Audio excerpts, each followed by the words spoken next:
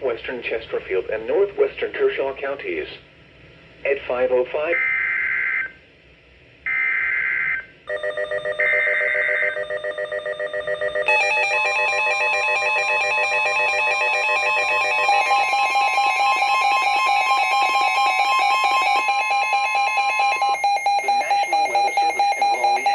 A severe thunderstorm warning for central Moore County and central North Carolina, southeastern Montgomery County and central North Carolina, northeastern Richmond County and central North Carolina, until 6:15 p.m. Eastern Daylight Time.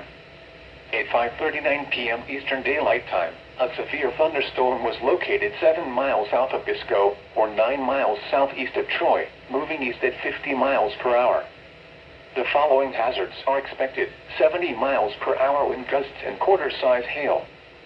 Source: radar indicated. The following impacts are expected: hail damage to vehicles is expected. Expect considerable tree damage. Wind damage is also likely to mobile homes, roofs, and outbuildings. Locations impacted include Southern Pines, Carthage, Pinehurst, Aberdeen, Whispering Pines, Pine Bluff, Foxfire, Candor, Taylortown, and Norman.